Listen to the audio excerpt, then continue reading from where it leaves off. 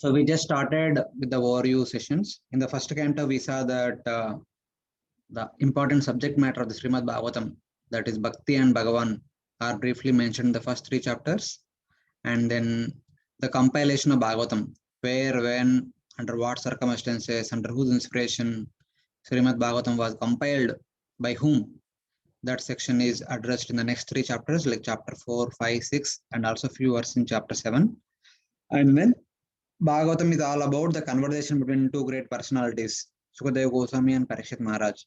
A brief history about Sukadeva Goswami and also about Parikshit Maharaj.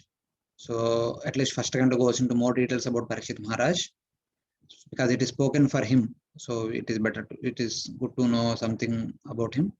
So his details are mentioned in the first canto elaborately.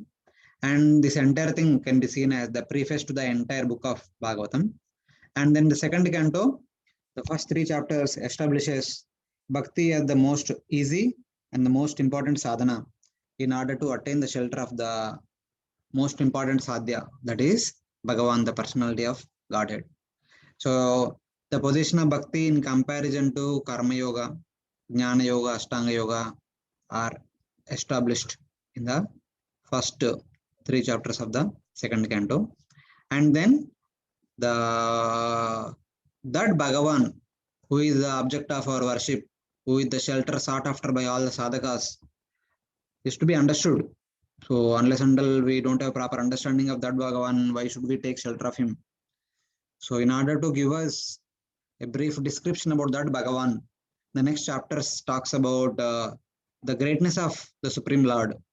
And in the third canto, first few chapters talks about the sweetness of the Supreme Lord. So in order to describe the greatness of the Supreme Lord, the creation pastimes of Lord Vishnu are presented briefly in the fifth and sixth chapters. And also Lord's activities as and when he appears in various avatars is also briefly introduced in the seventh chapter. And then in the eighth chapter, in order to keep Sukadeva Goswami for the next 7 days, he asks various questions related to the Supreme Lord, Bhakti and other things. So they are all presented in the seventh chapter, the eighth chapter. And then Sukadeva Goswami says that in order to answer to all your questions, I need to speak to you Srimad Bhagavatam. The next question is, what is Bhagavatam? So Bhagavatam was originally spoken by Lord Narayana unto Brahma in 4 verses. And Lord Brahma spoke the same to Narada Muni in the previous 3 chapters, chapter 5, 6, 7. And the same Narada Muni was ordered by Brahma to travel all over the universe and preach to everyone. And that Narada Muni, very recently, at the very beginning of the present Kali Yuga, spoke the essence of the same Bhagavatam to Srila Vasudev and requested him to compile a literature describing the glories of Bhakti and Bhagavan repeatedly. So following the order of Narada Muni, Srila Vasudev compiled Srimad Bhagavatam and immediately taught the same Bhagavatam to his dearmost son, Sukadeva Goswami. And Sukadeva Goswami says that, now I would like to speak that Bhagavatam unto you in order to answer all your questions. So then he says in the 10th chapter, the answer to all your questions is the Bhagavatam, and that Bhagavatam contains 10 topics. Sarga, Visarga, Sthanam, Poshanam, Utaya, Manvantara, Ishanukata, Nirodha, Mukti, Ashraya. So now these 10 topics are being presented in the next 10 cantos. So one after the other. And then in order to present the sweetness of the Supreme Lord's manifestation, the section in the third canto, first 4 chapters are being introduced. The reason is, Sukadeva Goswami thought that whatever questions Parikshit Maharaj asked to me were also asked by Vidura unto Maitreya very recently. So Maitreya spoke elaborately on the subject matter to Vidura. So let me repeat that conversation between Maitreya and Vidura. So first of all, in order to start the conversation, let me explain what were the circumstances in which Vidura had approached Maitreya and heard from him. So for that, some events in the life of Vidura have been presented in the first chapter. He happens to learn that Lord Krishna departed very recently in Prabhas. Then immediately he wanted to go to Vrindavan to have darshan of the pastime place of Lord Krishna, finally before he could depart from this world. So as he went there, he saw Uddhava, who was on his way to Badrikashram. Following the order of Lord Krishna, he was going to Badrikashram to deliver the message to the sages of Naimisharanya, sorry, sages of Badrika Ashram. So there, being asked by Vidura, overnight, Uddhava recalls the merciful nature and the sweet, loving nature of Lord Krishna by describing his pastimes in Gokul, Vrindavan, and Nandagaon, Mathura, Dwaraka, Hastinapur, and various places, and eventually Prabhas, how they left from this world. All those pastimes are briefly indicated, briefly narrated, in order to indicate the sweetness of Lord Krishna. So, having established the greatness and sweetness of the Supreme Personality of Godhead, now Srila Sukadeva Goswami entering into the actual subject matter of the entire Bhagavatam. And these 14 chapters of the second canto and third canto can be seen as the introduction to the entire Bhagavatam. Because in the introduction, the author briefly presents the topic that is going to talk about in the entire book. So that means all the topics that are mentioned in the rest of the book are briefly narrated in the first section, that is introduction. So here the bhakti compared with karma, jnana, yoga, and bhakti's position has been indicated. Same thing will be elaborated in the rest of the Bhagavatam. And Lord's greatness has been indicated. The pastimes of various avatars are indicated. The pastimes of Lord Krishna are also indicated in this section, which are elaborated in the rest of the Bhagavatam. The various questions of Parikshit Maharaj are mentioned in this section. The answers to all those questions are there in the rest of the Bhagavatam. And Sukadeva Goswami says that this Bhagavatam was originally spoken by Lord Narayana unto Brahma. That was in four slokas. The elaboration of these four slokas can be seen in the rest of the Bhagavatam. And finally, Sukadeva Goswami says that this Bhagavatam contains 10 topics. So the 10 topics are going to be discussed in the rest of the Bhagavatam. So thus, the entire second canto and the first four chapters, third canto sets as the introduction to the entire book. So having seen through the preface and having seen through the introduction, now let us get into the Bhagavatam chapter wise. So there are 10 chapters now in the rest of the Bhagavatam. So let us see all those 10 chapters.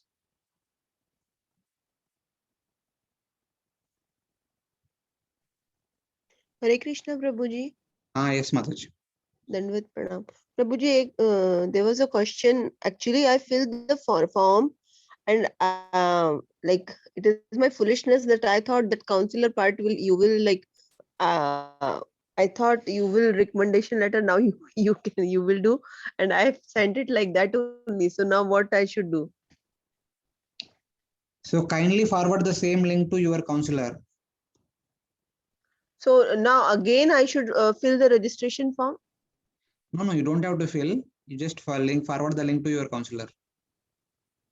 How, like this registration? See, Mataji, forget it. Whatever mail I have sent, the mail forward the same mail to your counselor and speak to him that kindly fill your section. But okay, I will talk yet after class. I will Please kindly do that afterwards. Yeah, Prabhuji, I can understand. So sorry, Hare Krishna. So sorry. So now let us begin with the first topic, that is Sarga. So what is the connection to Sarga? So here Vidura, having approached Maitreya, he makes a query. He makes an inquiry unto the great sage Maitreya. Vidura asks, kindly speak about the creation of the universe of happiness and suffering. So my dear sage, can you kindly speak about the creation, the process of the creation of this universe? Because this universe is endowed with the dualities known as happiness and suffering. So he basically says that Sukaya karmani karoti loke natai sukam vanaya dupar mamba vindeta bhuyas tatayeva dukkam yadatra yuktam bhagavan vadenna.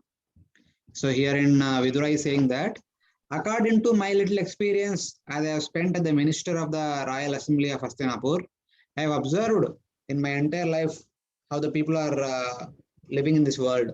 This is my observation. Sukhaya karmani karoti loko. For the purpose of sukha, the people of this world are performing karma. So there are two purposes.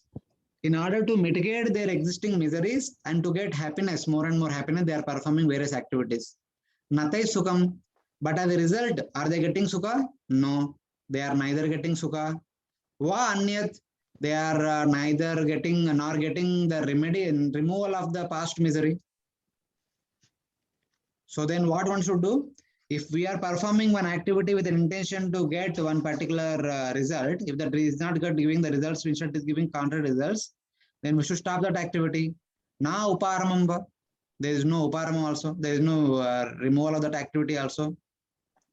Vindeta bhuyas tatayeva dukyam. Instead of getting rid of all the activities, they start taking up another activity, hoping that that new activity will remove the past misery and give new happiness. Vindeta bhuyas tatayeva dukkam. But eventually that new activity also giving more misery. So basically what is saying that people are already miserable. They are undertaking new activity, some activity to remove the misery and get happiness. But that activity is giving only misery. Instead of removing past misery and giving any happiness, it is giving more misery. So thus, are they stopping the performing activity? No, they are taking up new activity, which eventually giving more misery. So like that, people are put into perpetual misery. Yadatra yuktam Bhagavan vadenna. So my dear Maitreya Rishi, you are like Bhagavan, you know everything. Can you kindly tell me the reason for this and also remedy for this? So Maitreya said that you are greatly learned person, you are the son of Vyasadeva directly, you are Dharma personified, you are Yamaraj directly. You know what is the reason, what is the remedy? Why are you asking me? Then Vidura says that Janasya Krishnad Vimukasya Daivad Adharmashilasya Sudukkitasya Anugrahaya Nigucharanti Nunam Bhutani Bhavyani Janadanasya. What I know is this one. Kindly hear from me. So what I know is Janasya Krishnad Vimukasya Daivad Adharmashilasya Sudukkitasya. People have turned their faces away from the Supreme Lord Sri Krishna. Vimukasya Daivad Krishna. Vimukha, they have turned their mukha away from Lord Krishna. And then what they are doing? Adharma Shilasya. They have become the followers of Adharma. Then what they are getting in return? Sudukkitasya. They are getting only perpetual dukkha, perpetual misery. So in order to deliver such kind of miserable conditioned souls of this world, Anugraha eha charanti nunam. Bhutani bhavyani janardanasya. The great souls wander on the surface of this world in order to deliver such miserable conditioned souls. Then Maitreya says that if the great souls are traveling on the surface of the earth in order to deliver the miserable conditioned souls, kindly go to great souls. Why have you come to me? You go to Vyasadeva or you go to somebody else who is a great soul. For that, Vidura says that you are one such a great soul. I have come to the right person. So kindly speak the right knowledge which will present the reason for the condition of this suffering and the remedy for the current miserable condition. So this is the inquiry by Srila Vidura. So Srila Maitreya Rishi answers to this in the entire third canto. The entire third canto is the answer to this. Here there are basically two reasons. What is the reason and what is the remedy? So the entire third canto talks about two things. The process of creation, the purpose of creation. So these two things are answered to as an answer to this query of Vidura. So what is talked about in the third canto is Sarga, the primary creation of the universe by Lord Vishnu, or it is also called as Prakruta Srishti. The creation emanating from Prakriti by the glance of Lord Vishnu upon Prakriti. That's why it is called Prakruta Srishti, the creation from Prakriti. Bhuta Matrendriya Driyam Janma Sarga Udahrata. What is created from Prakriti? Sarga refers to the manifestation of the gross material elements. Bhuta means Pancha Mahabhutas, 5 gross material elements. And Matra refers to 5 Tanmatras, the 5 properties of the 5 sense objects of the 5 gross elements. And Indriya refers to Karmendriya and Jnanendriya, the 10 senses. one has. Dhyam. Dhyam refers to mind, intelligence, ahankara, and mahatattva. All the four are indicated by Dhyam. So though here mind and intelligence are not mentioned, but false ego, identity, and mahatattva, consciousness, are indicated in Dhyam. Janma sarga udahrata. They are caused when the Lord transforms the gunas or prakriti. So by glancing upon prakriti, the Lord creates these 24 elements. So that is called prakrita srishti or primary creation. Sarga is the creation of the totality of matter with elements manifesting from prakriti or pradhana by the glance of Lord Vishnu. As Lord Vishnu glances upon prakriti, the prakriti gives birth to all these 24 elements one after the other. So that was the definition of Sarga. So how this creation takes place, with the help of these 24 elements, the entire universe is formed. All the unlimited number of universes are formed. And unlimited number of bodies for unlimited number of jivas are also formed. Even our individual body is also a combination of 24 elements. And the entire universe is also a combination of same 24 elements. So that is what is indicated or spoken in the third canto. So here Sarga or practice srishti or primary creation consists of all these chapters in third canto. Chapter 5 and 6 talks about creation of material elements and the manifestation of the universal form within the universe.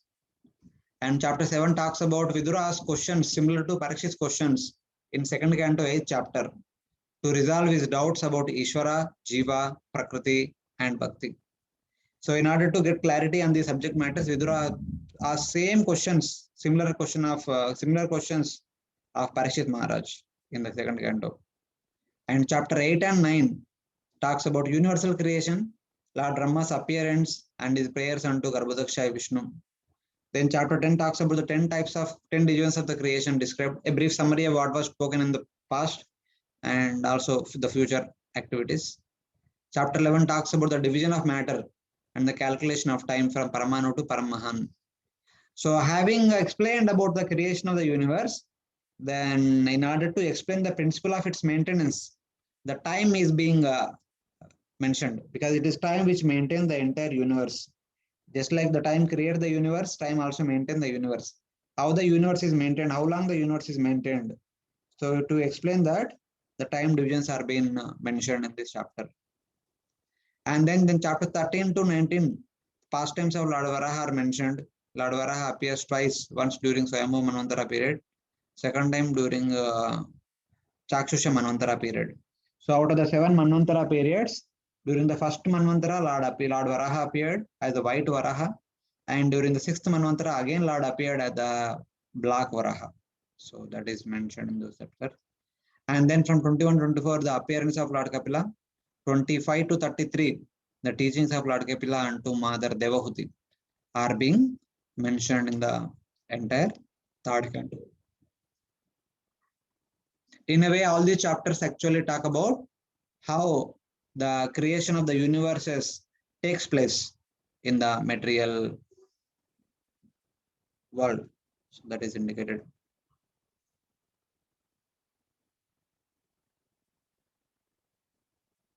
So a brief information about how the universe has been created.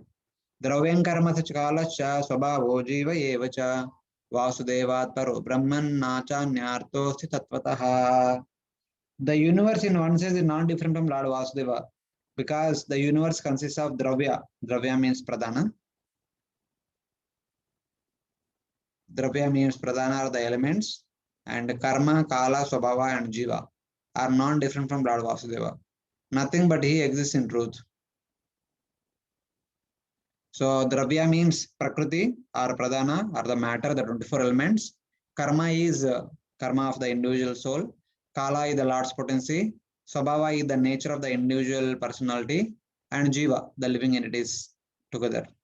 So all these things put together are the ingredients of the material universe or the material creation.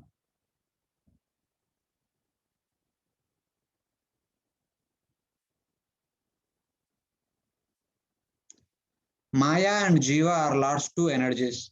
So Maya is also Lord's energy and Jiva is also Lord's energy.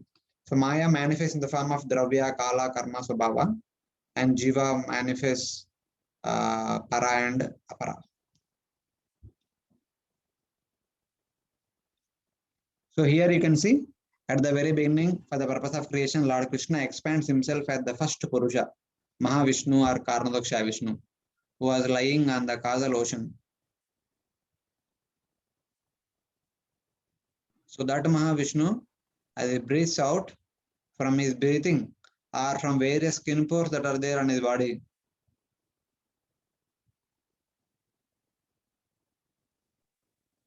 there appears Prakriti. Okay, it's not there.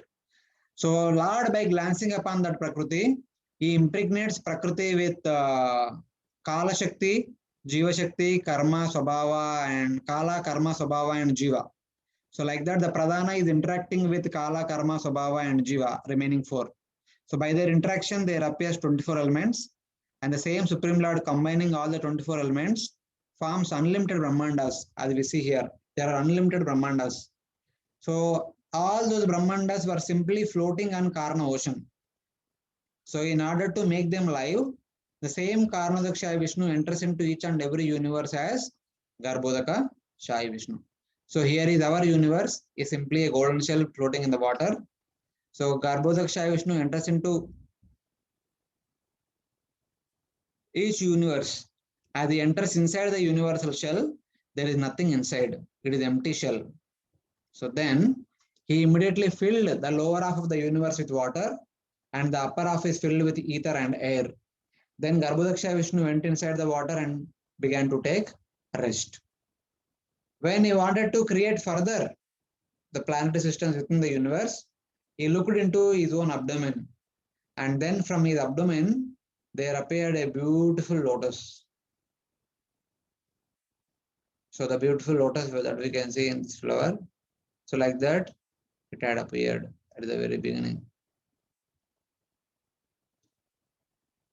Then the same Garbhodakshaya Vishnu expanding himself, Akshurudakshaya Vishnu enters into this lotus as its Paramatma. As soon as he enters into this lotus, Lord Brahma appears on top of it. So that Brahma performs austerities, then he had darshan of Garbhodakshaya Vishnu. Then when being empowered by Garbhodakshaya Vishnu, he divides the lotus into 3 divisions, Bhuloka, Bhorloka and Swargaloka. But he is not happy. Lord Brahma is not happy. So he then divided the entire lotus into 14 divisions. So that the 14 variety of people can be situated on the same roof. So these are the names of the 14 lokas. Here you can see Bhuloka, Bhuvarloka, Sargaloka, Mahaloka, Janaloka, Tapaloka, Satyaloka, Atala, Vitala, Sutala, Taladala, Mahatal, Vatal, and Rasatal and Patal.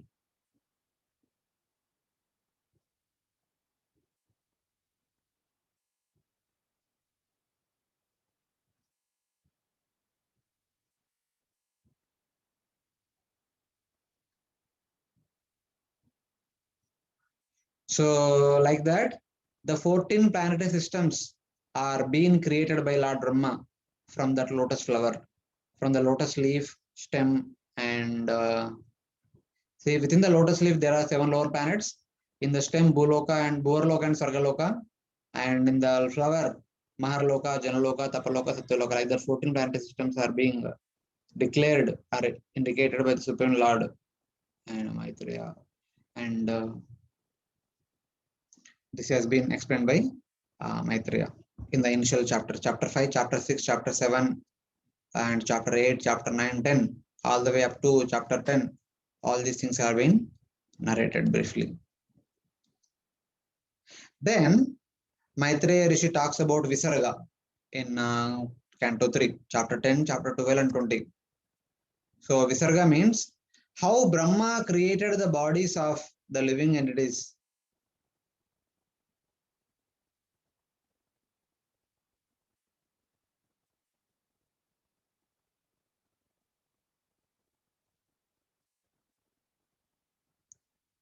So Vidura is asking the next question in the 10th chapter.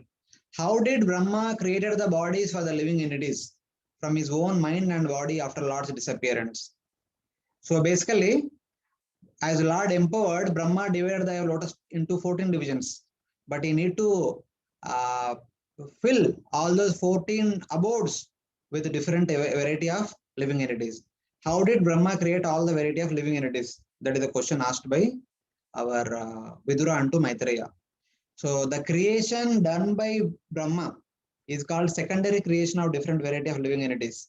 So that is called Naimitika Srishti or Visarga. So Visarga means the creation made by Brahma, specifically by his mind and body, to populate the 14 planetary systems that he had created from the lotus stem. So that has been indicated. So this is Lord Brahma's daily creation at the beginning of this day. So Lord Brahma does this creation every day in his life. So the meaning of this word, this particular subject is Brahmano Guna Vaishamyad Visarga Purusha Smruta. It means Visarga is the creation of the bodies for the different variety of living entities by the resultant combination of the 24 elements. The creation of both moving and non-moving entities is called Visarga. It means giving jivas forms with intelligence, senses, and body. For what purpose jiva is endowed with body, mind, and senses? For two purposes. So one is to engaging in the material enjoyment and for pursuing liberation by practicing. So this is the purpose of liberation, purpose of the secondary creation. So that is to engaging the living entities in the material enjoyment and for pursuing liberation by practicing jnana, yoga, or bhakti according to their qualification. The entire material world consisting of 14 planetary system, consisting of variety of living entities, is done for two purposes. The entire creation is done for two purposes. One is to provide the necessary facilities for Jiva's enjoyment, because Jiva wanted to enjoy separate from the Supreme Lord. The Supreme Lord is facilitating here. The second is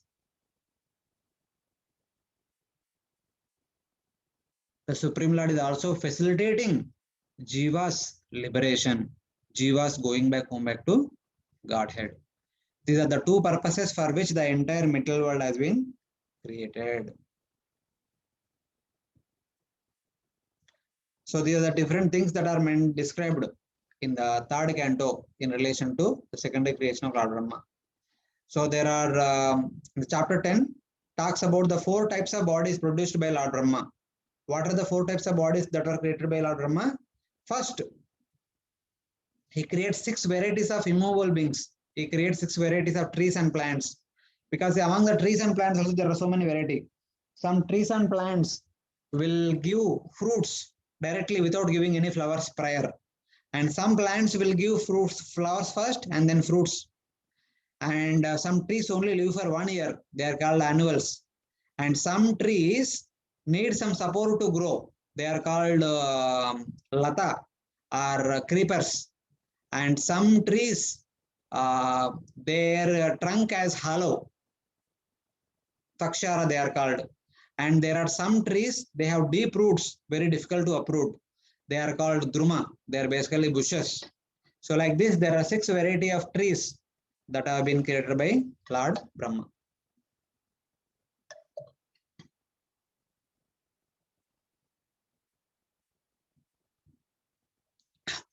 And then there is a creation of 28 variety of animals consisting of aquatics, reptiles, birds, and beasts. Then there is a creation of 1 variety of human being. Then there is a creation of 8 divisions of devatas, or basically 8 divisions of superhuman beings. They are basically under the categories of devatas, the main devatas, pitrus, asuras, rakshasas, bhuta, preta, pishachas, etc.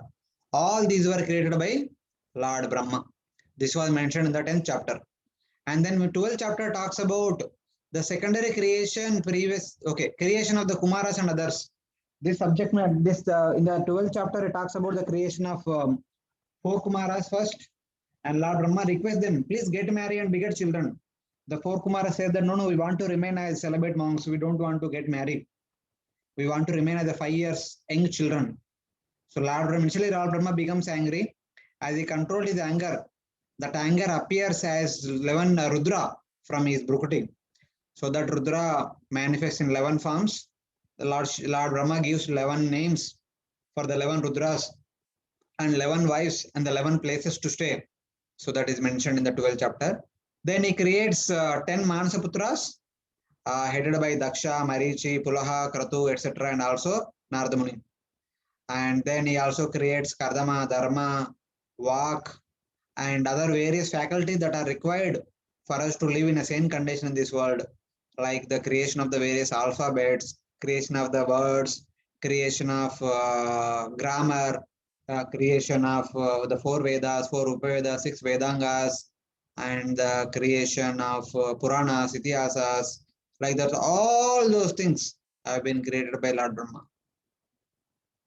That subject matter is called Visarga. That is mentioned in the 12th chapter.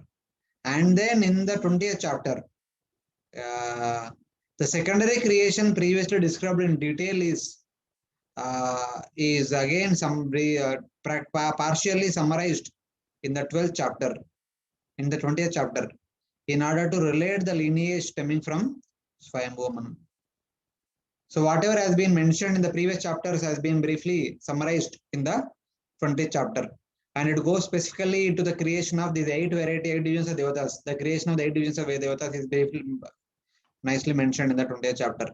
And ultimately, when Brahma wanted to stop his efforts to create the universe and set up a system with which the creation can go on continuously, as he was thinking thus, there appeared 2 beings.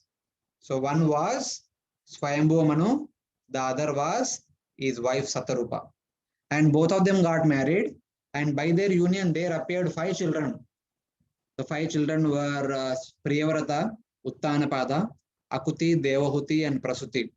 Akuti was given in marriage to the great sage Ruchi. Devahuti was given in marriage to the great sage Kardama. And Prasuti was given to Daksha. So Daksha begot in Prasuti 16 daughters. And Devahuti begot in, Kardama begot in Devahuti 9 daughters. So these 16 plus 9 daughters of Devahuti and Akuti and Prasuti, they begot, after marrying different sages, they begot many children and populated the entire universe with a different variety of living entities. So starting from Swayambhuva Manu, the creation is continued on by the combination of male and female forms. So that is the understanding is mentioned in Srimad Bhagavatam. So here is Lord Brahma praying to the Supreme Lord for empowerment. So Lord is empowering him. So with that empowerment, Lord Brahma created all these different variety of living entities. So the 5 Ajnana Vrittis and the different variety of living entities, Brahmana, Kshatriyas, Vaishyas, Shudras, the 4 Varnas, 4 Ashramas, their occupations, different variety of Yajnas. So all the different things are all being created by Lord Brahma from his mind and from his body. That has been described in the 3rd canto.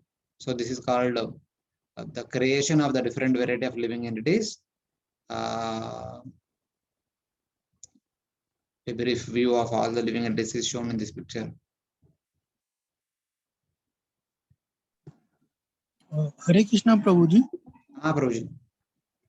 Prabhuji, all the jivas were at the disposal of Brahma at that time. Yes. He can, because he cannot create new jiva, but all the jivas are at his disposal.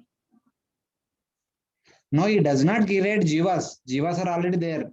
He is only providing them a body. The body of a devata, the body of a human being, the body of a asura, the body of a plant, the body of an animal. That is what is the service of Brahma. Brahma provides the body. He does not provide Atma. So Brahma actually knows everything, everything about the this universe, jiva, all the jivas about this universe. Yes. Yes. Okay. Yeah. So in summary, the entire 3rd canto talks about the subject matter. So the 3rd canto starts with an inquiry made by Vidura. He asks that to kindly speak about the creation of the universe of happiness and suffering. Kindly talk about the process of the creation of this material universe, which is only meant for giving dual experiences, little bit happiness, little bit misery, etc. So in order to answer that query, Maitreya Muni talks about the primary creation of the universe by Lord Vishnu. That is called Sarga. in chapter 5 to 11. Then Vidura asks, how Brahma created the bodies for the jivas from his own mind and body? So in order to answer that, Maitreya talks about Visarga, the secondary creation of the living entities by Brahma in chapter 10, 12 and 20. And in between, in the 13th chapter, so at the end of the 12th chapter, it is mentioned that Lord Brahma becomes happy by creating Swayambhuva, Manu and Satarupa. So then, at the beginning of the 13th chapter,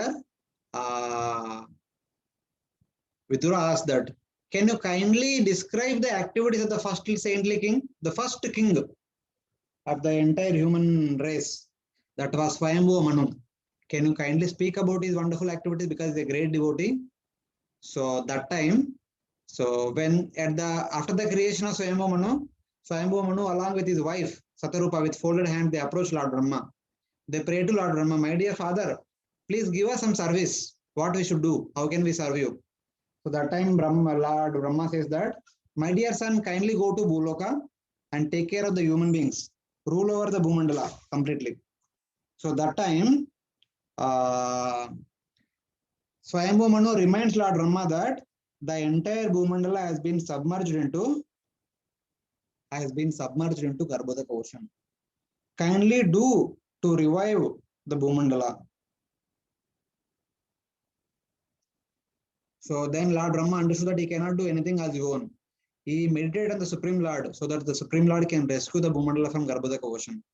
That time Lord Varaha in white color, the Shweta Varaha appeared during Swayambhuva Manvantara period, and he lifted the Bhumandala, and Swayambhuva Manu became the king of the entire Bhumandala and began to rule all the living entities. So, but by the way, in between, he also mentioned that at some other time the same Lord Varaha again appears in blackish color, Neela Varaha. And in order to lift the Bhumandala from Garbhodaka ocean, while doing so, Hiranyaksha comes and obstructs Lord Vishnu, Lord Varaha. Then Lord Varaha had a good fight with Hiranyaksha and killed him. That was briefly mentioned in the 13th chapter. So at the beginning of the 14th chapter, Vidura asks, can you kindly describe the pastime that Lord Varaha fighting with Hiranyaksha? So in order to describe that particular fight, so Maitreya Muni goes into the details about their birth and other things, etc. So once Kashyapa Muni was performing sacrifice, yajna, in the evening time. His wife, he had many wives. The rest of the wives have begotten children, but one wife, Diti, did not beget any children. So she could not tolerate that her co-wives had children she did not have. So she approaches her husband in the evening while he was performing yajna, and she insists that he should procreate children through her immediately. So following to the will of the providence, Kashyapa Muni unites with her, and eventually she becomes repentant of her act. Then Kashyapa Muni tells that because of your impudence, you will give birth to 2 demoniac children. But you also repented for the act, you will get a grandson who will be a devotee of the Supreme Lord. So that is what is mentioned. Understanding that her 2 sons will be trouble to the entire universe, she kept both the sons within her home for 100 years. So because of that, the entire universe is getting burned. The entire universe is getting heat, lot of heat, because both Hiranyaksha and Hiranyakshipu are still in the womb of Diti. So all the devatas who are getting suffocated by this heat, they goes to Satyaloka and approaches Lord Brahma and informs everything that is happening. So that time, Lord Brahma reveals the reason for this current condition. So he says that once my 4 sons, the 4 Kumaras, went to Vaikuntha in order to have darshan of Lord Vishnu. They passed through 6 gates, but at the 7th gate, Jaya Vijaya stopped them. So but the 4 Kumaras became angry. We were not stopped anywhere. Why we were stopped here? So you people are not fit to stay in Vaikuntha. Instead, go to Rasatal Loka and become Asuras. That is what is indicated. So immediately the Jaya Vijaya fell at the feet of 4 Kumaras and begged forgiveness and asked him to award him.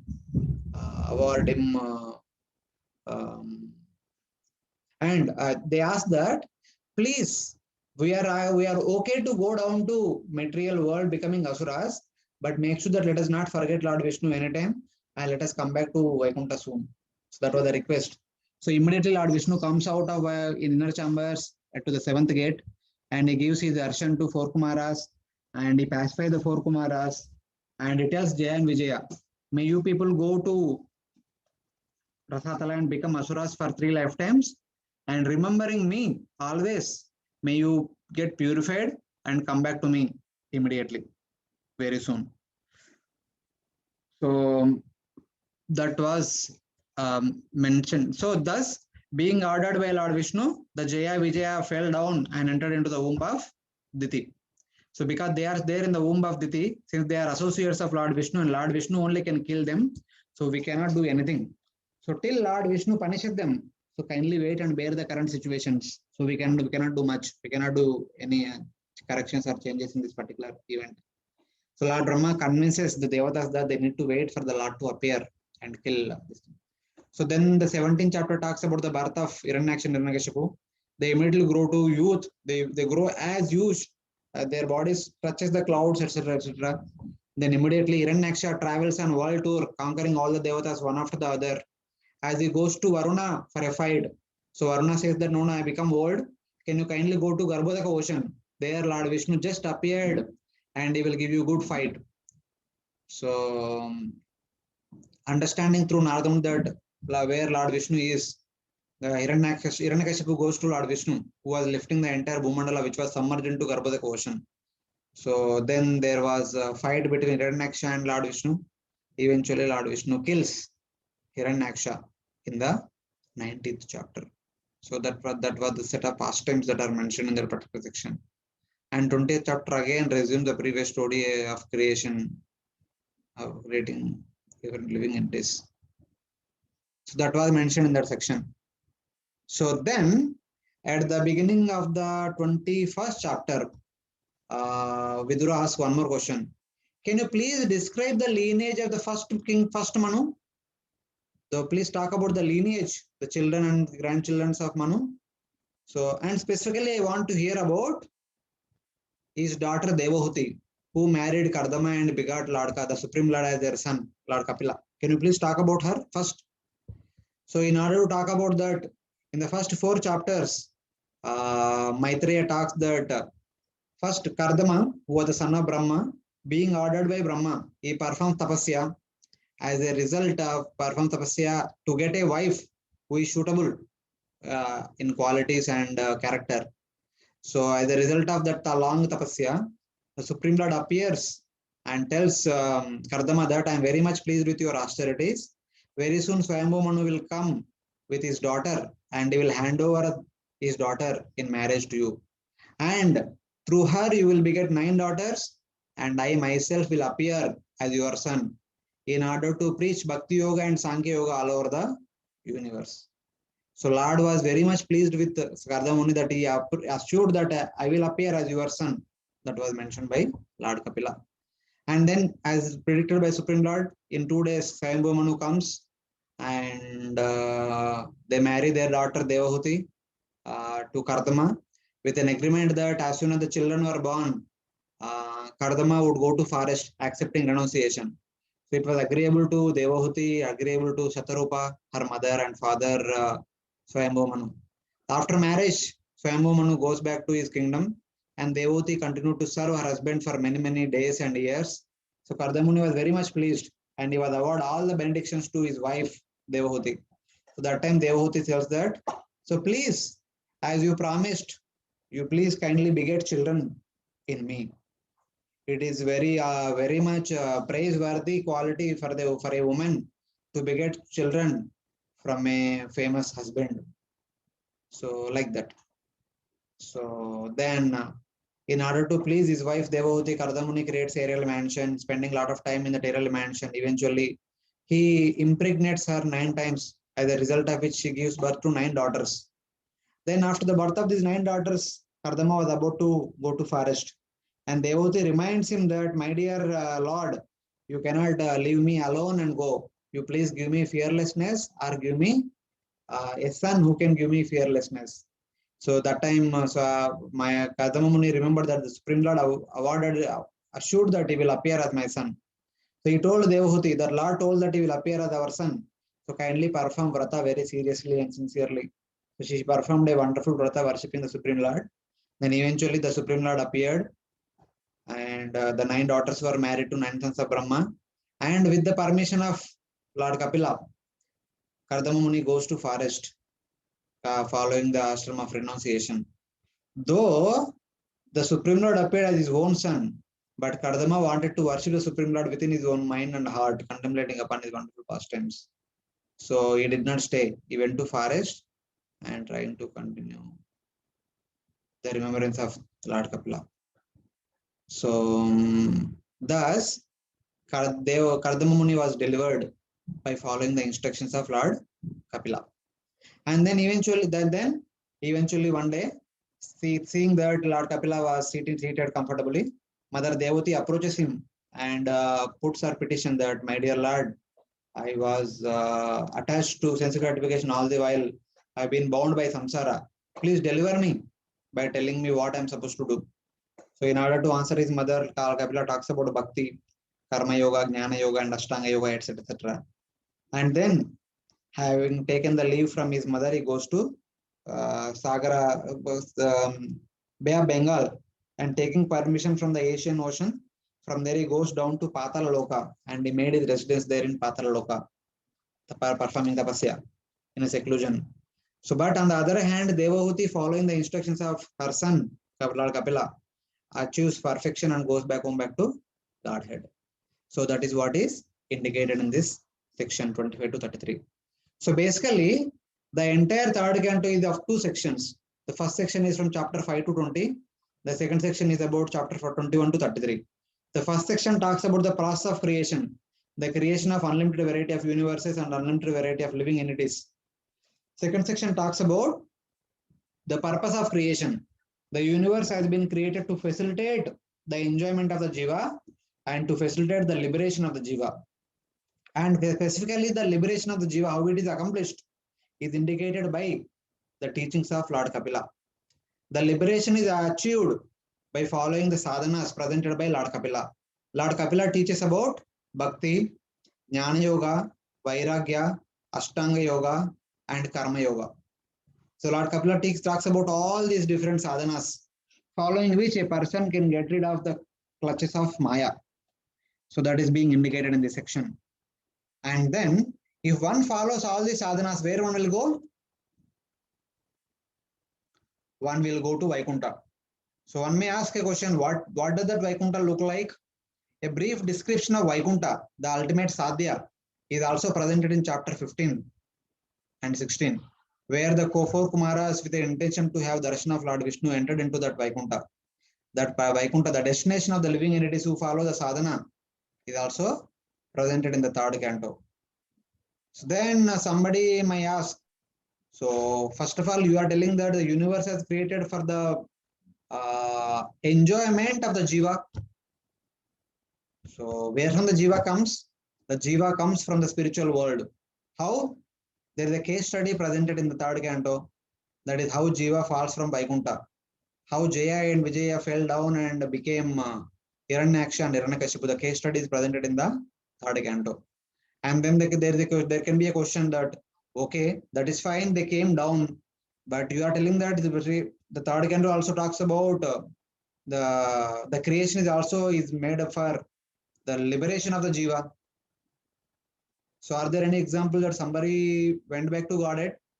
So the examples were from third canto itself. The case study of jiva going back to Vaikuntha, which is there in third canto, that is how Kardama and Devahuti, both following the instructions of their son Lord Kapila, they attained perfection in the spiritual world.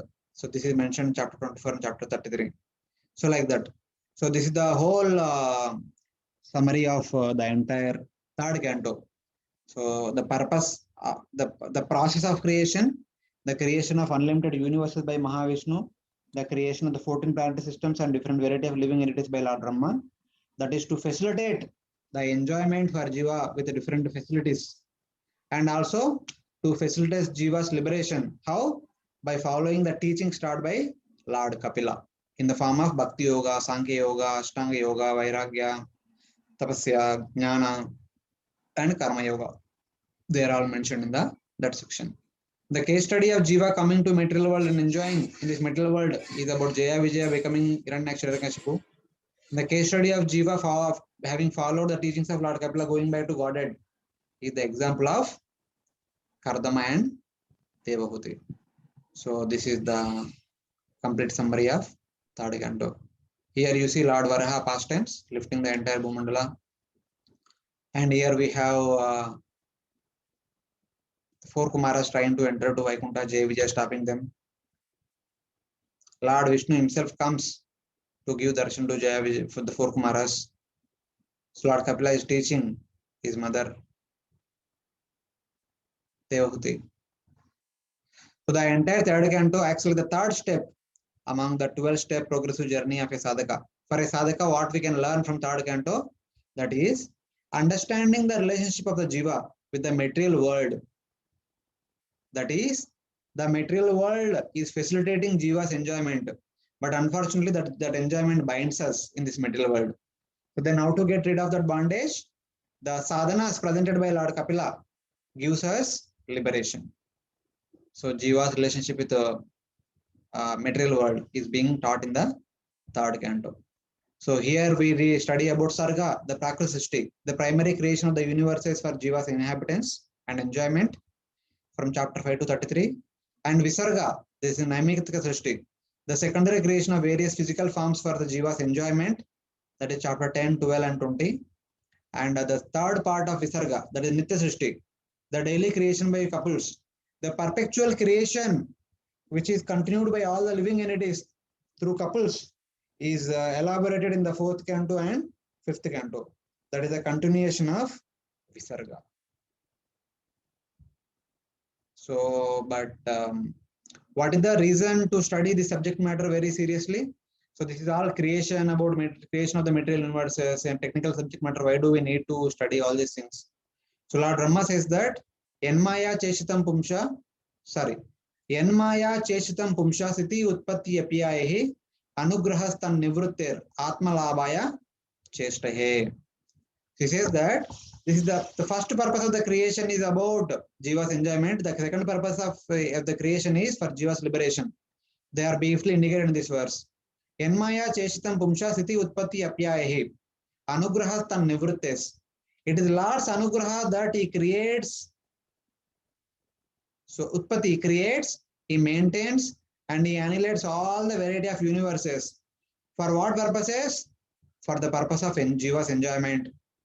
That is also Lord Anugraha. And then eventually, Tan Nivurtir, having become detached from the material enjoyment, Atma Layavaya Chestaye. The jiva should undertake the endeavor to get liberation for Atma Labhaya. To regain one's constitutional position, the jiva should take up the sadhanas. One of the sadhanas have presented by Lord Kapila. That is what is indicated here. And then, how one can accomplish attainment of liberation? That is by this. Buddhindriya Manapranan Janana Masrajat Prabhu Matrartancha Bhavartamcha Atmani Kalpanayacha. Just like the Supreme Lord created the human body with intelligence, mind, the senses, the gross body, etc., so that we can accomplish the material enjoyment either within one lifetime, Matrartamcha, or in multiple lifetimes. Sometimes as a human being, sometimes as a devata, sometimes as an animal, sometimes as a plant or something else. Bhavartamcha. In many lifetimes, jiva can accomplish enjoyment. But finally, the jiva should use the same body in order to regain one's constitutional position, attain perfection, attain liberation. That is Atmani Kalpanayacha. In order to regain one's constitutional position. So this is the purpose of creation. That is the summary of the entire third canto. Then Vidura asked the question. One second. I'll just mention this one slide, then we'll take questions. Then Vidura asked a question that please describe the lineage of the highly respected Swayambhu Manu. This question he already asked in the 20th chapter. And again repeat the same query. Kind of insist on the subject matter. The entire fourth canto and the half of the fifth canto talks about the description of the lineage of Swayambhu Manu's 5 children. So that is called the Nitya creation. This is an example of the Nitya creation, daily creation. The description of what was created by Lord Brahma specifically through the couple created from his body, the first Manu and his wife, Swayambhu Manu and Satarupa, and various Prajapatis. That is called Nitya creation. This basically talks about, this section talks about the progeny of Akuti, Devahuti, Prasuti, Uttanapada and Priyavrata.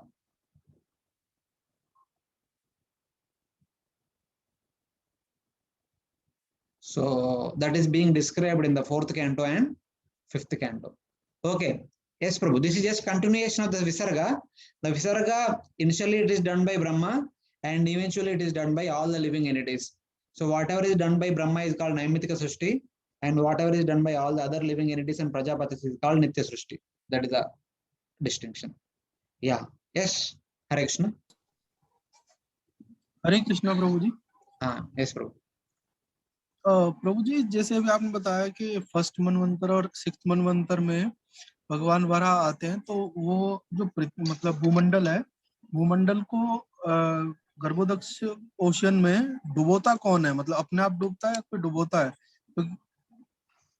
So first time after creating the 14 planetary systems, Lord Brahma became busy with creation of all the other living entities. So that time Bhumandala fell down to Garbhodaka ocean. So on its own it fell down.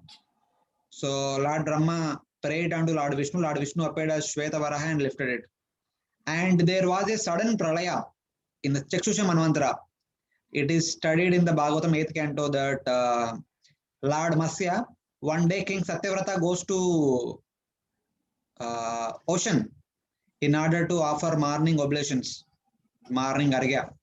So as he collected some water in his palm, there was a small fish in that palm. So as he was going to put that water back into the ocean so that the fish can continue to live. So the fish requested king that, my dear king, please save me. So eventually the fish, in order to protect the fish, he kept that fish in the kamandalu, but it grew up full of the kamandalu, and then one by one, after the step by step, it grew very big. Then he asked, I think you are the Supreme Lord. Please tell me what is the purpose you knew coming here. That time the fish or Lord Matsya revealed that in 7 days there is going to be a pralaya. As a result of the entire Bhuloka, Borloka, Sargaloka will be annihilated. So I will send a ship. May you enter into that. I will protect you, something like that. So that time the entire Bhumandala fell into Garbhodaka ocean. And later on, Lord Varaha appears as Neela Varaha and lifted the Bhumandala. That's how it happened. Okay, Prabhu. And Prabhuji, this matlab when 4 Kumaras went outside the universe, or Vaikuntha inside, or is there any Vaikuntha inside the universe? For that, you need to wait till 3rd canto, whether it is inside the universe or outside the universe. So wait till 3rd canto, you will understand. Till 3rd तो हो गया ना प्रभु जी आज? आज नहीं, पूरा detail में होगा तब. Okay. So it is within our universe only. It will be, this Vaikuntha is located just above Satyaloka. It is not outside the universe. It is still within the universe. But when Jiva get liberation, he go to the Vaikuntha outside the universe. But it is the understanding that Jiva first will go to Vaikuntha within our universe, and Jiva stays there till the end of the day of Brahma. Then at the end of the day of Brahma, that all the 14 planet systems are kind of annihilated. At that time, Lord Vishnu takes all the liberated Jivas to Paravyoma, to spiritual sky. That is the understanding of Sri Vaishnava literature. Okay.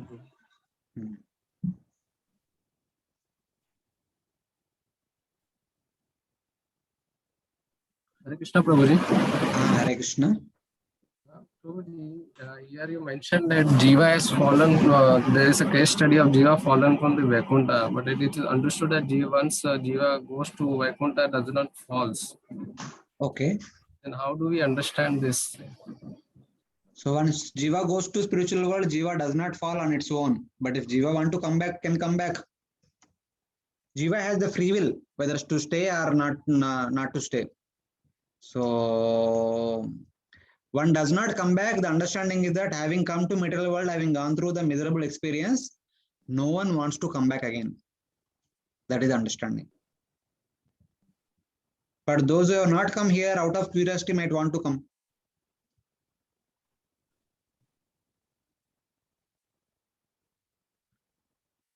Okay. Also, you mentioned that at the time of creation, Brahma created all types of animals, species, plants. So, how is that the beginning of the time of Brahma? The Jiva has been given an animal birth on the plants birth. By his mystic power, by his mystic potency, directly created the animals, birds, beasts, humans, devatas, etc. But on what basis he has given some species, some living entities an animal birth and some to divine birth, According to their past karma. Okay, before the creation and in the previous creation, whatever their propensities were there, accordingly they were given birth. Yes. According to their past karma, past propensities, they were given the suitable body so that they can continue their desired activities. Hare Krishna Prabhu, in continuation to the question the other Prabhuji asked. Yes, Prabhu. So the first time fall down from the Vaikuntha planets, then the Jiva has to be given a human birth only form, no Prabhu? Only Not when the necessarily. The very first time the birth is given according to the desire of that particular living entity. With whatever desire the Jiva tries to come to material world, the facilities are given accordingly. So that desire is nothing but to enjoy without the presence of the Lord, to enjoy separate of the Lord. And that desire is manifested into different 84 lakh bodies, correct? Yeah. Okay. Thank you. Hare Krishna Prabhuji, Dandavat Pranam. Hare Krishna. Dandavat Pranam Prabhuji. Prabhuji, I wanted you to, if you can just repeat this thing. Sorry, Prabhuji, I have a list of questions. Okay, first question, Prabhuji, I wanted to know why that Kardama Muni, he left home in spite of having Kapila Dev as his own son. The Supreme Lord has taken birth as his son. For example, like Nanda Maharaj and Yashoda Maya, son was the Supreme Lord Krishna, and they enjoyed the Vatsalya Rasa with the Lord, and they performed bhakti and went back to Krishna. So why did Kardama Muni, in spite of having the Supreme Lord as his own son, he left home? So Nanda Maharaj or Vasudev, they are all Vasalya, devotees in the mode of Vasalya. But Kardama is a devotee in the mode of Dasya. Okay. So he wanted to worship the deity of the Supreme Lord. So he does not want to serve the Lord as his father. So as soon as the Lord is born, in order to continue his worship without any interruption in the mode of Dasya, he took permission of Lord Kapila and he went to forest. And he continued to meditate the Supreme Lord within the core of his heart for the rest of his life. Okay. Thank So you. that was the reason mentioned in the Bhagavatam. Okay, Prabhuji. And one more thing regarding the details about the entire creation, how Lord Brahma is creating the whole creation stuff, which is mentioned in the 3rd canto about the suffering and all the dual experiences. So how can we understand or see the Supreme Lord's glories in that? You said something, if you can repeat that. Supreme Lord's glories seem. Who can create that kind of gigantic universe? Of course, we did not get into many details because this is just, we are just trying to see the just summary. But when we really get into more details in the 2nd canto, 3rd canto, we'll understand.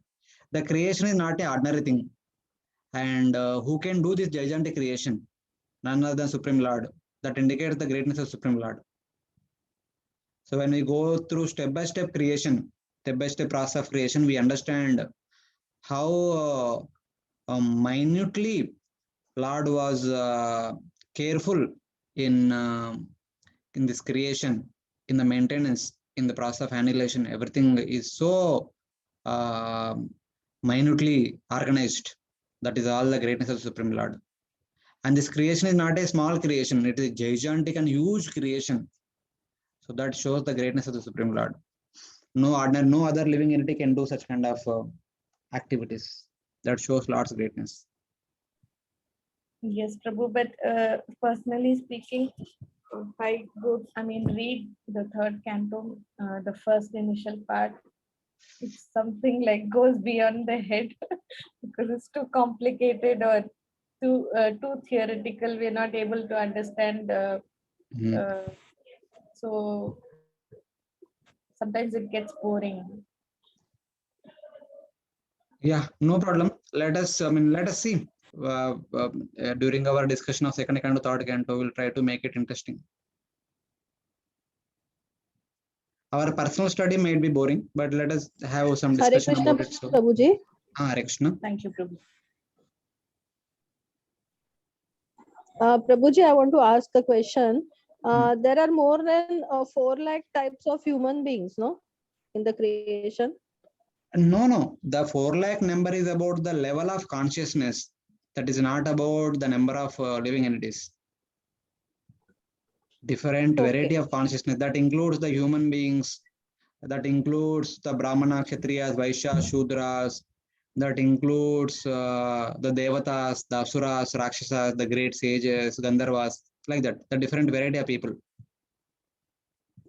So there is only one type of human being otherwise in the creation. One But type different means, levels of consciousness. yeah, one type of bodily structure. So if you see the plants, every plant's bodily structure is different. If you see the animals, every other type of animal's bodily structure is different. But human beings, somebody may be Brahmana, somebody may be Kshatriya, somebody may be Vaishya, but their bodily structure is one only. So every human being will have 2 legs, 2 arms, 1 face, 2 eyes, 2 nostrils, 2 ears, 1 mouth, and that bodily structure is same. But internally consciousness is different. That's why the 4 lakh variety is indicated. So Prabhuji, there will be one type of human being in every universe, which Brahmaji has created. Okay, but we don't know about other universes. What we are discussing is about our universe, what Brahma had created within our universe. So other universes, something similar. It could be something similar. Okay, Prabhuji. Okay. Hare Krishna. Anyone else? The book you have wrote, Bhagavad Cosmology, is all taken from this third canto? No, that is from 5th canto. Okay. Only I think chapter 1 is from 3rd canto, but rest of the book is from chapter 1 is also a very small section only. The rest of the book is from 5th canto. Okay. So in the 5th canto also creation is explained. 5th canto talks about the maintenance, the details of different facilities that are available at different places. That is mentioned in the 5th canto. The description of the 14 planetary systems that is there in the 5th canto. Okay, Prabhuji. 3rd canto talks about the creation, 5th canto talks about the maintenance. So in that way. Yes, Prabhuji.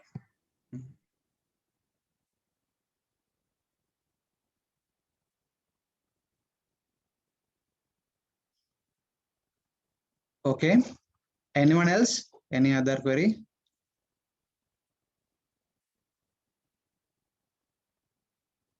So basically, kindly remember these 2 things. So though subject matter looks to be very technical, but the subject matter of 3rd canto is Sarga and Visarga, the primary creation of unlimited number of universes by Mahavishnu and also Garbhodaksha Vishnu, etc. This Visarga is the secondary creation of different variety of living entities by Brahma. For what purpose this entire creation is happening? For 2 purposes. One is to facilitate Jiva's enjoyment. How Jiva is getting enjoyed in this material world? By getting different bodies.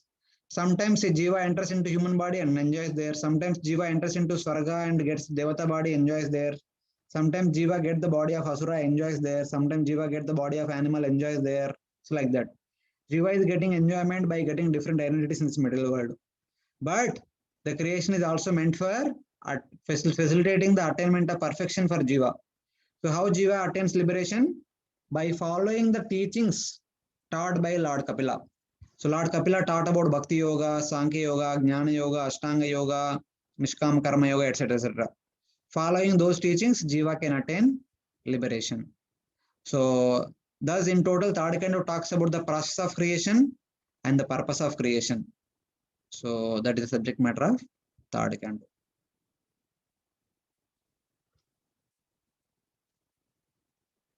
And the creation, there are three sections. One is by Mahavishnu, Prakritak Srishti. Second is by Brahma, Naimitika Srishti. And third is by all the living entities. Every living entity takes part in the creation. That is called Nitya Srishti. So in order to explain the example of Nitya Srishti, how the creation continues on, the lineage of the 5 children of Swayambhu Manu is narrated in the 4th canto and the first 15 chapters of the 5th canto. So this basically talks about the lineages of the 5 children of Swayambhu Manu. Swayambhu Manu had 3 daughters, Akuti, Prasuti, Devahuti, Prasuti, and Priyavrata and Uttanapad. So that is being mentioned in the rest of the 4th canto and 5th canto. The 4th canto, first chapter talks about the descendants of Manu's 3 daughters. So who are all the children of the 3 daughters are being indicated. The glories of these 5 children of Swayambhu Manu were, in each generation, in each lineage, the Supreme Lord made his appearance in one of the incarnations. So now let us see, in the lineage of the 5 children of Swayambhu Manu, the Supreme Lord appeared 5 times in 5 avatars. So Akuti married to the great sage Ruchi. So when Swayambhu Manu was given his daughter Akuti in marriage to great sage Ruchi, he put a condition. That condition is called Putrika Dharma, Putrika Putratvam. It is basically Swayambhu Manu understood that his daughter Akuti will be giving birth to the Supreme Lord. So while marriage, he told the great sage Ruchi that, so if at all a son is born to my daughter, that son of my daughter will be my son. Putrika Putratvam, the son of a daughter will be my son. So the sage Ruchi agreed. So eventually after their marriage, Akuti gave birth to 2 children. 2 children were born simultaneously. They were Lord Yajna and Dakshina. Lord Yajna is the expansion of Lord Vishnu. Dakshina was the expansion of Mother Lakshmi. The Supreme Lord and his consort, both of them appeared together through Devahuti. So then immediately Swayambhu Manu brought Lord Yajna to his home because that was the original agreement. So Swayambhu Manu was taking care of Lord Yajna and Ruchi was taking care of Dakshina. Eventually, Dakshina married Lord Yajna because Mother Lakshmi is supposed to be with Lord Vishnu. So she married him.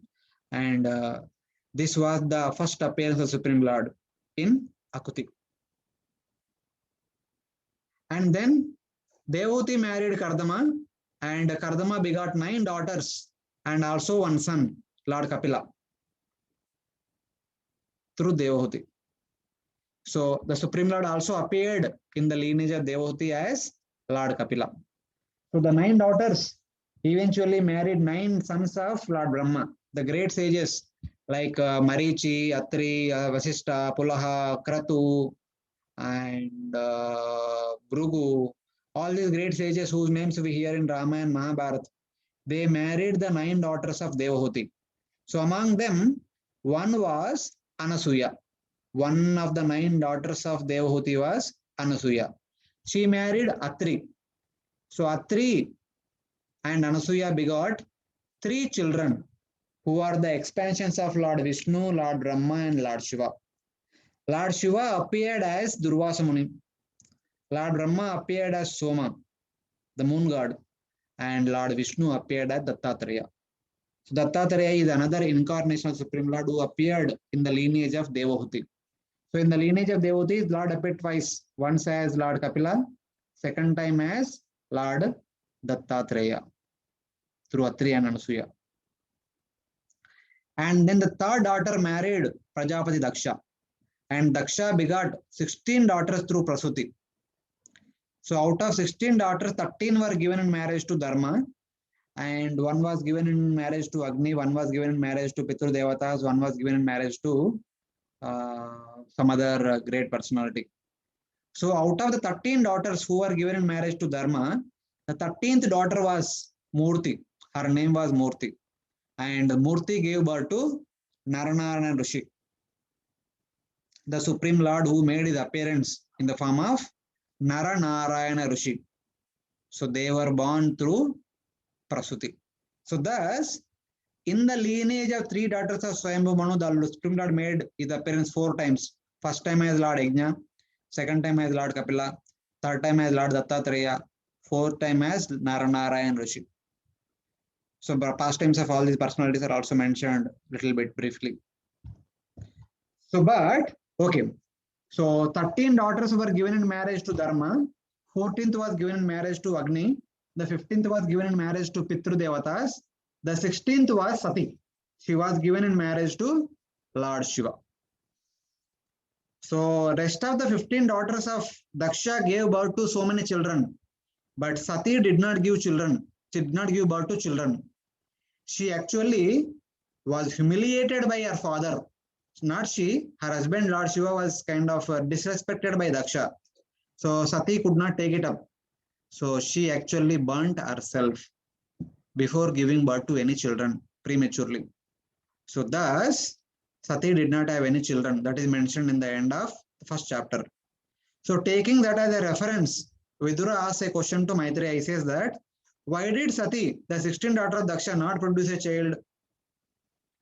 So in order to explain the answer to this query, the next 6 chapters, chapter 2 to 7, talks about Daksha's sacrifice and its destruction by Veerabhadra. During that sacrifice, the mother Sati commits kind of suicide, enters into fire, and then Veerabhadra comes and destroys the entire sacrifice after killing Daksha. And then by the request of Lord Brahma, Lord Shiva comes and revives Daksha by adding him to goat head, by adding him a goat head, and then the sacrifice is completed.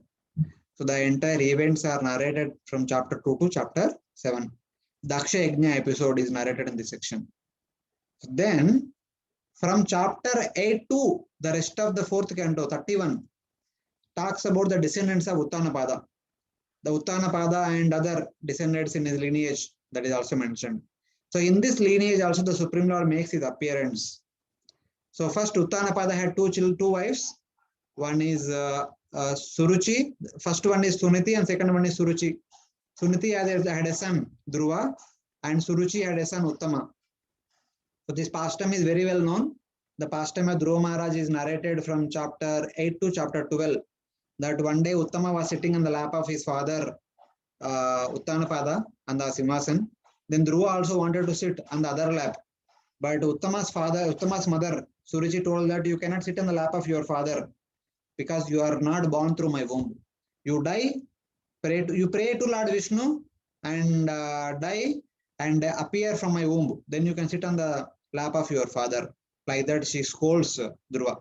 And Dhruva felt very sad and goes to his mother, and his mother tells that whatever she says is right because your father does not respect me.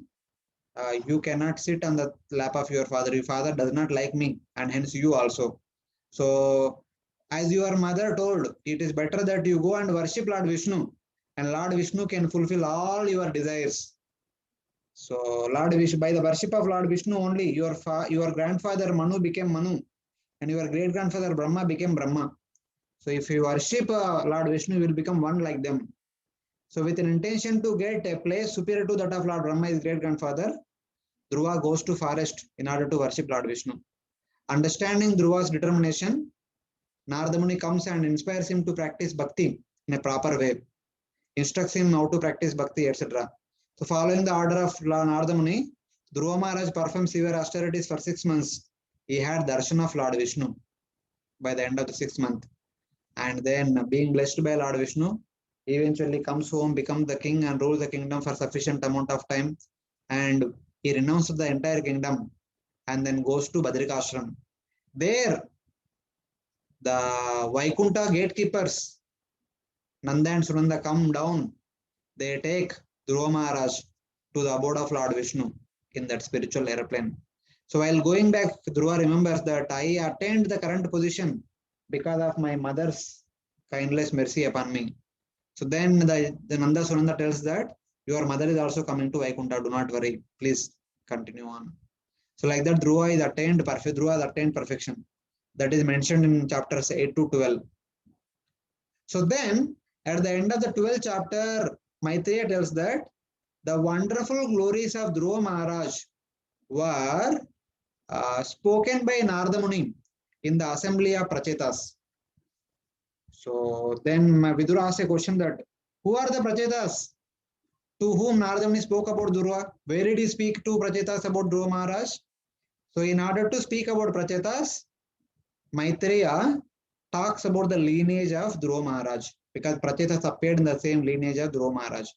So Dhruva had many children, descendants of Dhruva. In that children, grandchildren lineage, there comes Anga. Anga was a pious king. He did not have children. He prayed to Devatas. Eventually, he performed a special sacrifice to get a son. But that son was very cruel, very dangerous. So he tried to correct that son, but he could not correct. He renounces and goes to forest. Then eventually Vena becomes the king. He tries to create so much havoc in the entire kingdom. The Brahmanas came to correct him. He did not listen. So Brahmanas, by chanting Umkara, they kind of destroy, they kind of kill Vena. So then eventually there was no king to rule. Then the Brahmanas churned the hands of Vena. By that churning, there appears King Prithu and Queen Archi. The Supreme Lord and his consort Lakshmi, both of them appear in their partial manifestation from the body of Vena. So eventually King Prithu becomes the king and he takes care of the people, he attains perfection, etc. etc. So while explaining the past tense of Prithu, Prithu's 100th sacrifice is mentioned in that Indra tries to obstruct the 100th sacrifice and that entire pastime that will be discussed later in the 4th canto. But somehow or other, Lord Vishnu comes and tells Prithu to forgive Indra, who was trying to make disturbances, because by the request of Lord Brahma, Prithu stopped performing 100 sacrifice. Because as he was continuing to perform the 100 sacrifice, Indra was creating so many apasampradayas. Because Indra was known as Shatakratu. He was the person who performed 100 sacrifices. Now Prithu is performing hundreds. So Prithu will become competitor, thinking that Indra was obstructing the sacrifice. But when Prithu stopped the 100 sacrifice by the request of Lord Brahma, Lord Vishnu was so much pleased and he gave his darshan to King Prithu. So King Prithu prayed to Lord Vishnu, offered his prayers and glories and requested for the blessings of Vaishnavas association, etc. etc. So eventually Prithu Maharaj had the association of 4 Kumaras, hears from them about Bhakti and he attains perfection and he goes back home, back to Godhead. And in his lineage comes Prachina Barhi. Prachina Barhi had 10 sons. They are known as Prachetas. So sending the Prachetas to forest to perform austerities, Prachina Barhi was performing so much karma, so many karmakanda sacrifices. So in order to deliver him, Narada Muni comes to him and speaks to him the allegorical story of Puranjana, talking about how a jiva is bound in this material world. So by instructing that story, Puranjana realized that Prachina Barhi realized that he is the Puranjana who is actually bound in this material world. And then, following the instructions of Narada Muni, immediately Prachina Barhi goes to forest in order to perfect his life. Then eventually, the Prachetas perform austerities for 10,000 years within the water. They had darshana for Lord Vishnu. And Lord Vishnu tells them that please marry one girl, Marisha, one girl, and go home and take care of the kingdom. The 10 Prachetas marry Marisha. They come home. They take care of the kingdom. They rule for sufficient time. They had one son, that was Daksha. After Daksha Yajna, eventually Daksha left his body and then he appeared as the son of the 10 Prachetas. Then requesting Daksha to become the next king. The 10 Prachetas goes to forest having taken the association of Narada Muni, they attain perfection, they go back, home back to Godhead. So that is being mentioned in this section of in this section of the Bhagavatam, 4th canto. So like that, the attainment of perfection by Dhruva Maharaj, the attainment of perfection by Prutu, the attainment of perfection by Prachina Barhi, the attainment of perfection by whom? By the 10 Prachetas is the subject matter of 4th canto. They all followed bhakti and attained perfection. That is being indicated. Of course, in between there is a discussion about Lord Shiva teaching Rudra Gita to Prachetas in the 24th chapter. And while Lord Shiva teaching Rudra Gita to Prachetas, Narada Muni was teaching to Parachana Bharishad about Jnana, Vairagya and Bhakti through the allegorical story of Puranjana. So these sections were also narrated in that 4th canto. And then eventually in chapter 30-31, the perfection of the Prachetas is being narrated. So basically, following the sadhanas instructed by Lord Kapila in the 3rd canto, all these various personalities attained perfection in their life. Hare Krishna, Prabhuji. Yes, Prabhu. Prabhuji, this all is about first Manvantar. Yeah, yes. This is all about first Manvantara only. And this what you said just now that Daksh ruled, 10 Prachetas gave Rajya to Daksh. So this is same Daksh or Sati wale? Yeah. The same Daksha who was previously the wife of Prasuti, the daughter, the son of Lord Brahma. He kind of, he was performing the Daksha Yajna. Lord Shiva got disrespected and Sati emulated her body, and eventually his head was being cut by Veerabhadra, and Lord Shiva again comes there and joins goat head to him. But after the sacrifice, Daksha could not live for long. He died. And then later on, he was born as the son of 10 Prachetas. Okay, same Daksh. So that is mentioned here. So Maitreya speaks about Daksha's next birth in this verse. Canto 4, chapter 30, verse number 49 to 51 talks about Daksha's next birth as the son of Prachetas. And after the completion of the pastime of the 10 Prachetas, have they perfected their life, then Sukadeva Goswami briefly summarizes about Priyavrata's rule. The reason was, so when the 10 Prachetas told Daksha to become the next king and they went to forest, Daksha was feeling very bad. Previously, he was the son of Lord Brahma. He was the Manasa Putra of Lord Brahma. He was one of the Prajapatis. But now he has become an ordinary Kshatriya of the category of human beings. He does not want to remain as a Kshatriya, as a human being. He wants to regain his previous position. He also went, instead of becoming the king, he also went to the forest to perform austerities so that he can regain his past position. So because he went to forest, there was no one to rule the entire kingdom. So Priyavrata and Uttanapada were both sons of Swayambhu Manu.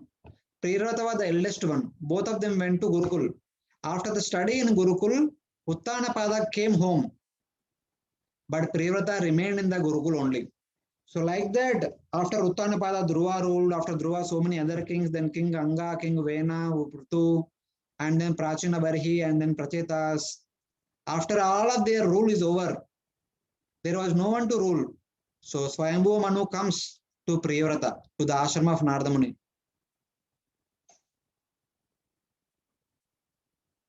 Swayambhu Manu comes to Priyavrata, to the ashram of Narada Muni, and requests Priyavrata, come home and rule. Priyavrata says, no, I will not come. But Lord Brahman comes and tells that, no, this is the order of the Supreme Lord. You can go home. You will not be disturbed by any other things. So that time, Priyavrata comes home and takes up the responsibilities of a king. And he rules for some time. Then afterwards, the rule, his son, Agnidra, rules for some time. Then Agnidra's son, Nabi, rules for some time. Nabi performs a special sacrifice. in order to have a son who is like the Supreme Lord. So being pleased with his sacrifice, the Supreme Lord appear as Lord Rishabhadev. So Rishabhadev's birth, activities and renunciation, they are all spoken, they are all narrated in chapter 4, 5 and 6. And Rishabhadev had 100 sons. Out of the 100 sons, 81 became Brahmanas, 9 became the Paramahamsa Sannyasis Navayogendras, and 10 became the kings. Among the 10 sons, the eldest one was Bharat Maharaj. So the activities of Bharat Maharaj, the rule as the king, that is talked about in the 7th chapter. Then Bharat Maharaj goes to forest in order to perform austerities. But in order to take care of a deer cub, a small deer, he kind of forgot his sadhana. So he died remembering deer. Then eventually takes birth as a deer. But in the deer life, he remembers his past life. So he lived in Pulaha ashram, serving a great sage, following all the austerities. Then eventually one day he died as a deer. And he again appeared as a Brahmana. In the family of Brahmana, he was known as a Brahmana only. But he acted like a dumb man. So he was known as Jada Bharata. But he is actually a Brahmana. So then that personality traveling here and there, eventually one day, King Rahuguna, who was carried by different palanquin carriers, there was one person less in that palanquin. So the palanquin carriers, they engaged this Bharat Maharaj, the Brahmana Bharata, to carry the palanquin. So during that time, because there were so many ants, she was walking in a different way, causing the palanquin to go up and down. So king becomes angry and shouts at him. And the answer given by Bharat Maharaj disturb, kind of make him think about and understand that this personality is not an ordinary person, is a great personality. Then he makes some inquiry, and to that inquiry, Bharat Maharaj answers and clarifies all his doubts and reveals to him that previously I was King Bharata. Today you are a king and tomorrow you can be something else. Yesterday I was King Bharata, now I have become this Brahmana dumb person. So don't find anyone less or more, something like that. Give respect to people as they deserve. So having taught him all these things, and Bharata Maharaj goes away and attains perfection. So those things are mentioned in this all the way up to chapter 14. And further lineage of Bharata Maharaj is mentioned in chapter 15. So in that lineage, the great personalities like King Gaya and King Viraja also appear. So like that, the entire lineage during the first Manvantara period, during Swayambhu Manvantara, is being narrated in all these chapters of the 4th canto and 5th canto. So that is what is mentioned all the way up to chapter 15. So this is called Nitya creation. This entire thing is called Nitya creation. An explanation of how the generation after generation continues on throughout the day of Brahma. In order to speak that, the first Manvantara period has been talked about in this section. Basically, we are just hearing the names whose pastimes are being narrated in these 2 cantos currently, and we will discuss about all the pastimes in detail as and when those cantos we discuss. So, Hare Krishna, I think I would like to stop here for today, and we will continue the remaining 5th canto and the 6th canto in the next week. So we'll stop here, but before stopping, we have a few more minutes. So if any devotees have any queries, we'll take a couple of queries before closing for today.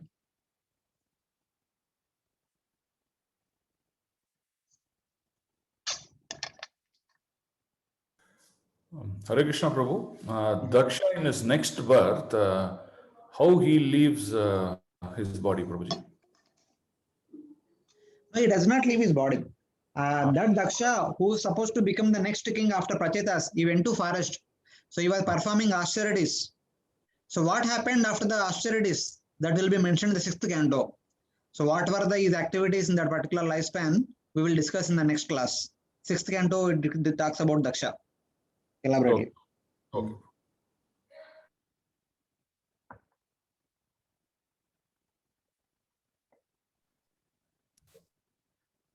Hare Krishna, Prabhuji. Hare Krishna. And just wanted some confirmation. Mahavishnu is the, he does the Prakrita Srishti, right? That is Sarga, no? Yeah, that is Saraga. By glancing upon Prakriti, he Yeah. creates 24 elements. By their combination, he creates unlimited universes. That is primary creation. And Brahma, that is Naimitika Srishti, that is Visarga. Yeah, yes. Brahma. Okay. Brahma's creation is Naimitika Srishti and Visarga. He creates Okay. 14 planetary systems out of the lotus, and he also creates the bodies for different variety of living entities who will live in these 14 planetary systems. Okay. Okay. Thank you, Prabhuji. Correction.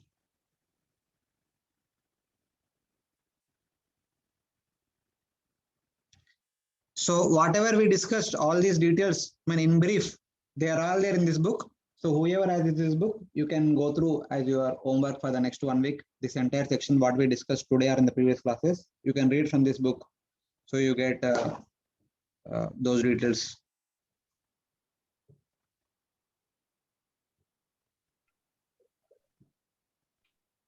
Hare Krishna, Prabhuji. Correction. So our country's name after this Bharat Maharaj. Ah, yes. The entire area is called as Bharata Varsha after Bharat Maharaj. What exactly is the reason that even after Bharat Maharaj there are so many king and the Lord even himself appeared, but still this entire area is still called as Bharatavarsha? What are the specific reason of calling No, this? specific reason is that Bharat Maharaj was a great personality, and it became on his name, and everyone kind of out of respect for Bharat Maharaj, they retained that name. They did not change it. Okay.